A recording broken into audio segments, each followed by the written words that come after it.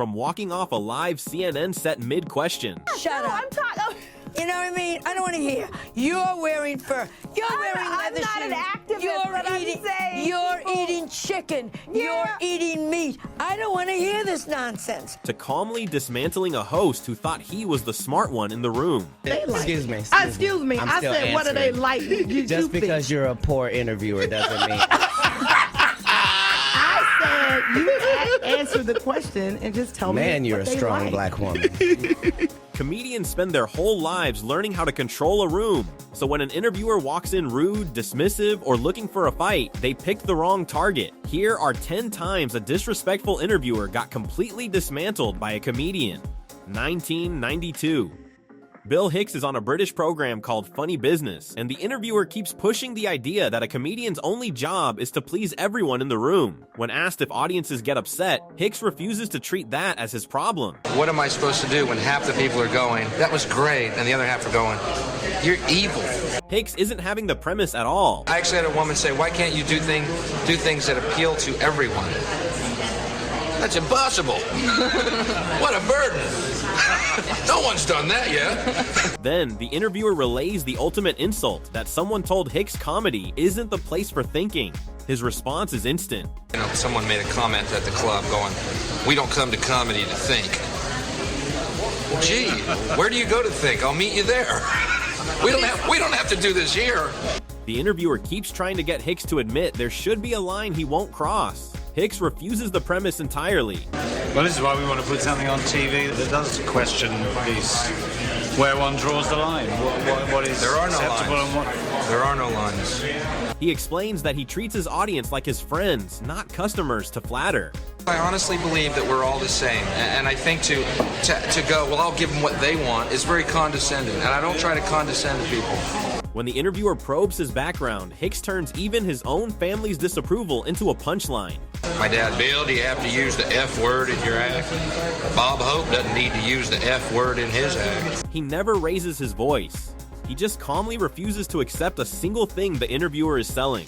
2015. Amy Schumer is doing press for Trainwreck on an Australian radio show when the host, after complimenting her, asks a question that lands with a thud. Do you have the word skanky in America? That's We kind of- do have yeah. that word. Yeah, maybe Yeah. we shouldn't have What used made it you think then. about your mom? Yeah. Why did she just pop in your mind? The host insists he isn't trying to offend her. Schumer corrects him in real time. Yeah, I'm not trying to offend you. It's how it Whatever rolls. you're trying to do, you are. That's a rude question. Then he admits the quiet part out loud, that he's fishing for a viral blow-up. Schumer hands him one on her terms. Well, I'm not leaving till we get the car crash moment. I mean, that's what we would love.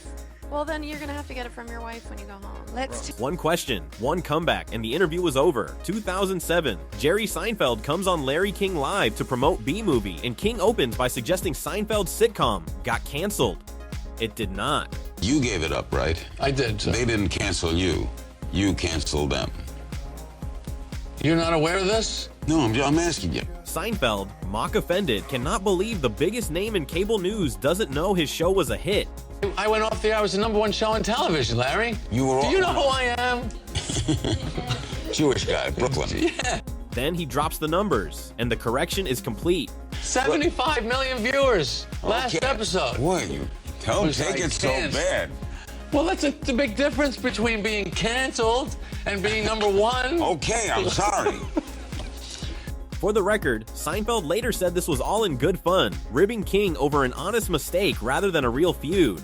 But the takedown still landed. Bill Burr sits down with a self-consciously cool radio host who spends the whole interview trying to look edgier than his guest. It goes sideways from the very first exchange. This is Southside Steve, and this is Southside Steve TV, and this is Bill Burr. That's your question? I'm just saying who you are. Burr clocks the whole act immediately, starting with the host's outfit. I don't like you. Creep me out with that big microphone and that country western shirt. Oh, no, this isn't country western. It's like, it's hip now to wear this. okay. This is my nightclub look. Yeah, come on. The host tries to get Burr to perform stand-up on the spot for a tiny room. Burr flatly refuses to play along. And I'm going to do stand-up in front of 9 people in a radio station? No, I'm not doing that. When the host tries to accuse Burr of not playing nice, Burr turns the tables on his outfit. How about I give you $5 and I want to watch you line dance in your I'm a racist cowboy. I don't know how to line dance, dude. Okay. Racist cowboy boots. When the host grabs the microphone back, Burr turns the whole clumsy technique into a running joke about broadcasting. Now, that's the number one thing you don't do. As I learned that in broadcasting school, you never give up the microphones. By the end, Burr has diagnosed the entire interview out loud while it's still happening. What is this, Rock 100.5? This is the worst interview I've ever done. When the host insists his look is cool, Burr closes the book on him. It's not. This isn't redneck. This is hip. It's hip. It's not hip. You were not hip. It's very hip. You look like you just rented Urban Cowboy. 2026. Ricky Gervais is on the BBC Arts show This Cultural Life when interviewer John Wilson presses him on whether his jokes give audiences license to be cruel. Gervais dismantles the logic with one absurd example. I can't wait for the day when someone is in court and the judge says, "Why did you murder all those people?" Well, because I heard a joke about it. Then, Wilson presses him on the jokes he's been most criticized for. Gervais doesn't flinch. Disability, transgender issues, fat shaming, that kind of thing that you have been accused of. Yeah. It's almost like you haven't changed in parallel with the times. You've almost kind of doubled down on those issues. Wilson frames it as Gervais failing to move with the times. Gervais reframes it right back. That's probably true, but that's because I think I'm right. You're right in what way? Well, that you have a right to talk about those things. Well, yeah. Then he turns the whole idea of aging into progressiveness into a punchline. That's what I do, is I try and get more offensive, so when I look back, I go, "Oh, wasn't I kind when I was 45? That's a joke. And when the criticism itself comes up, Gervais welcomes it entirely. Just like I defend the right of someone to never come and see another show. I'm all for consequence culture. I'll keep doing my thing until no one comes. He never gets rattled. He just calmly defends every joke the interviewer expected him to apologize for. 2018. Cat Williams comes on an Atlanta radio show to celebrate an Emmy win, and co-host Wanda Smith immediately starts needling him. He warns her once. Excuse me. Excuse me. I said, what are they like? Just because you're a poor interviewer doesn't mean. I said, you answer the question and just tell me. Man, you're a strong black woman. She keeps interrupting, so Williams turns it into a diagnosis of the whole segment. You keep interrupting the answer. Everyone can hear it. It sounds like you like me a little bit. Then he turns her own makeup into a live roast for the radio audience. I want to let everybody know that Wanda got some lipstick on right now with enough glitter for the 4th of July. That's right, kissable lips. Instead of taking the bait, he answers her question so thoroughly it becomes its own bit, then lets the co-host crown him for it. There's a meal with a budget of about $64 that'll feed 7 people. All right. I love it.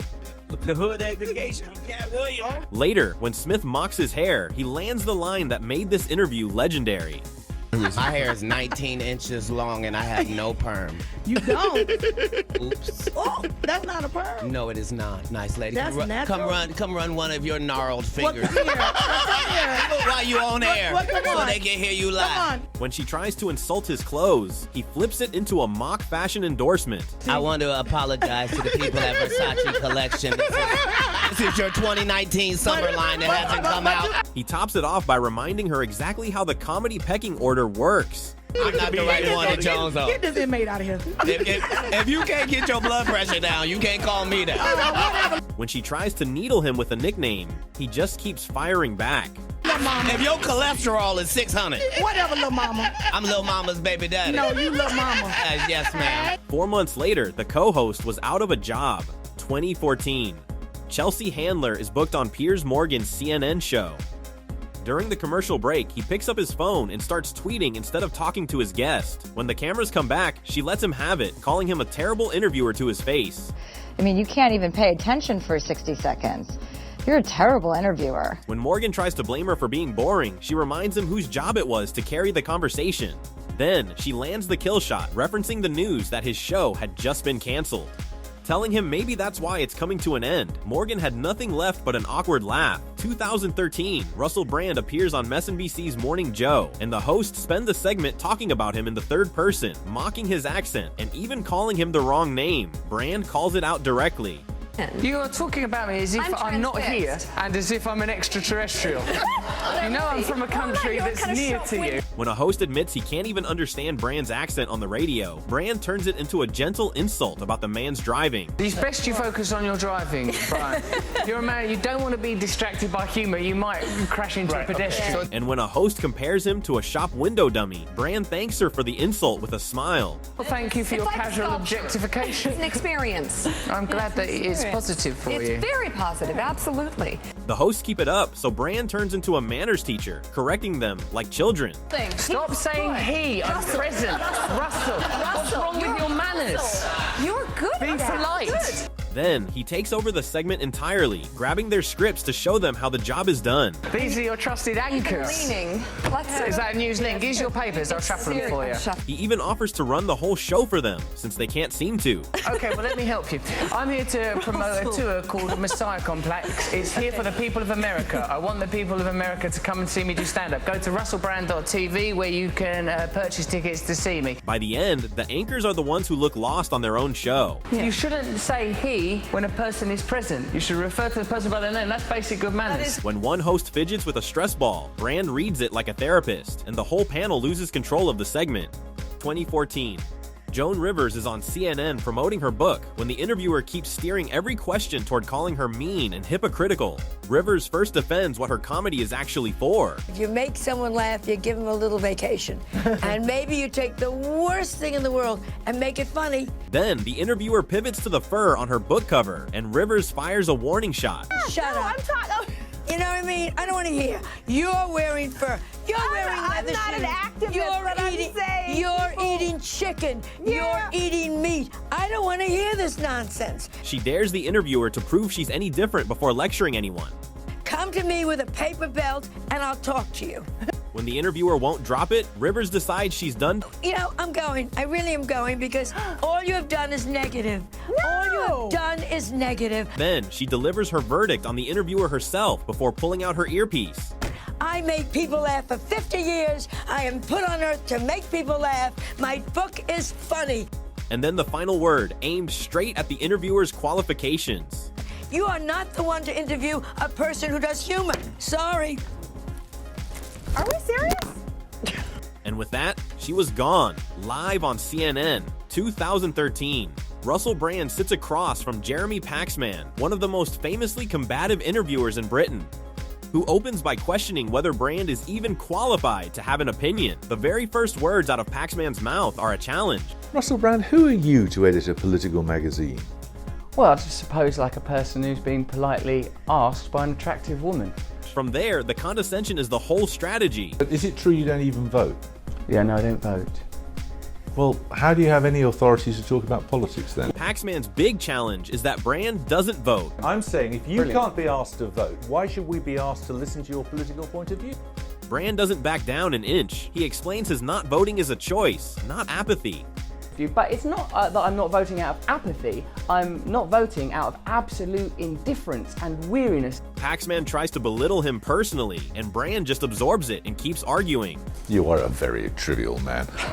What do you think I am trivial? Yes. A minute ago you were having a go at me because I want a revolution. Now I'm trivial. I'm not having a go at you because you want a revolution. Many people want a revolution. But when Paxman demands specifics, Brand actually gives him a full manifesto on the spot.